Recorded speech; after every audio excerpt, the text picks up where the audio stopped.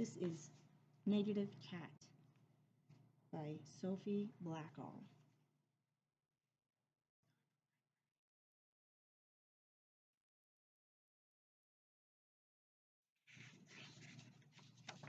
Negative Cat. For our negative cat Claudia and Olive and Aggie who loved her. On day 427 of asking for a cat. Cat, cat, cat, meow. My parents finally gave in. Please, okay. You have to feed it. Clean out the litter. It better not have fleas. Also, keep your room tidy and write to your grandma and read for 20 minutes every day. I'm not so great at reading. Words only make sense when I read them out loud slowly, and the kids at school stare and laugh at me. But I agreed to the rules before my parents changed their minds.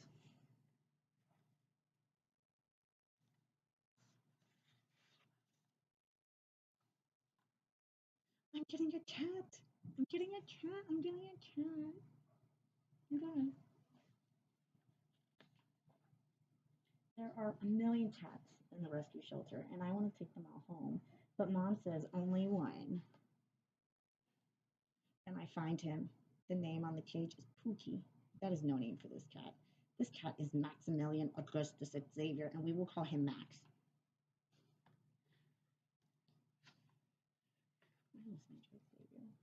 When we get home, I am excited to show Max his bed and his scratching post and his litter tray and his scent of the sea frisky bits. He is not excited. The next day, I surprise Max with a toy mouse. He is not surprised. I tickle him with a feather. He is not ticklish. I tell him all my best jokes. He doesn't even smile.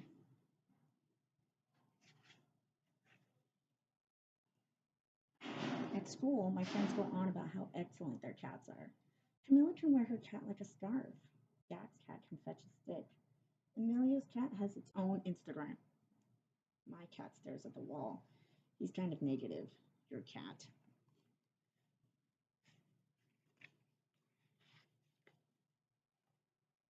On the weekend, Dad lets Max have the best part of the paper. Uncle Dave knits him a sweater. Mom lets him borrow her shoes. In return, Max leaves hairballs on the rug, his tail in the butter, and poop in the vegetable. He eats the flowers and deletes my email to Grandma.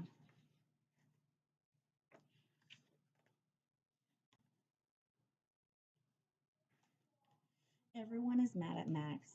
He doesn't even purr. I'm calling the shelter. We should have gotten a dog. And then they're mad at me. Your room is a mess. He hasn't been reading. Have you even written a grandma? I still love you, Max.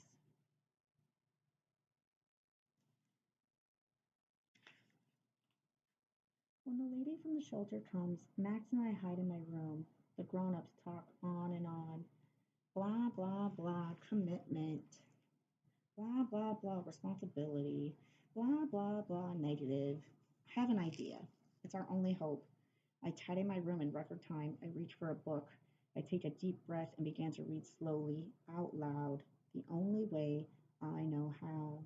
Matt stares, but he doesn't laugh. I turn the page. Max inches closer and closer and closer. He puts his head under my arm. I stay perfectly still and read and read. Can I show you the page again?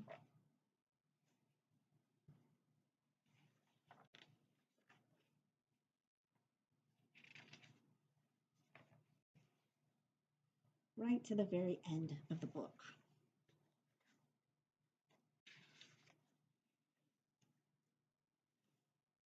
The lady from the shelter says Max and I should come and read to all the cats to cheer them up.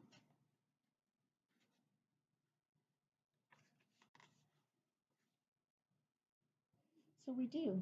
Now my whole class comes every Tuesday and we all read out loud, fast or slow, however we like. The cats are happy, the lady at the shelter is happy, and the parents are happy.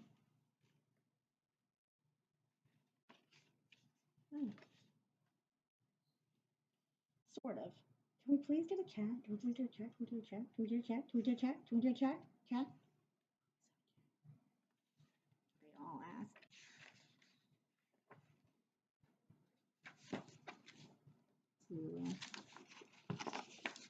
When my kids were little, we adopted a cat from an animal shelter. The sign on her cage said her name was Cinnamon, but we called her Claudia, after a character in from the mixed up files of Mr. Basil E. Frankenweiler. And because she had claws, and because she had claws. Over the years, she grew into what my son described as a negative cat. She ate the flowers, hogged the newspaper, and stared at the wall. She would ask to be stroked, then bite your hand. She would demand to be fed, throw up on the carpet, and then complain that she was hungry. But we loved her.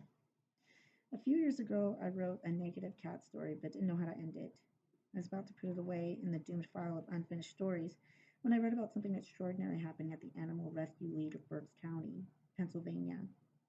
Children who want Children who wanted to practice their reading were encouraged to read to cats. Not only were the cats non-judgmental listeners, they became calmer and more sociable in the presence of readers. Children would read their books aloud, and before long a cat would saddle up, lean against them, and purr. Sometimes a deep bond was formed, and the cat found its new home. I would like to thank the Animal Rescue Leagues of Berks County for their work, supporting animal welfare and literacy in the heart of the Catskills Humane Society for allowing me to hang out with, draw, and read to their cats. The Animal Rescue League Book Buddies program has inspired similar programs across the country. You can contact your local shelters to see if they welcome readers or book donations. Our own Claudia was a native cat for most of her life, but she became surprisingly sweet in her final days. If only we'd read to her sooner. Negative Cat by Sophie Blackall.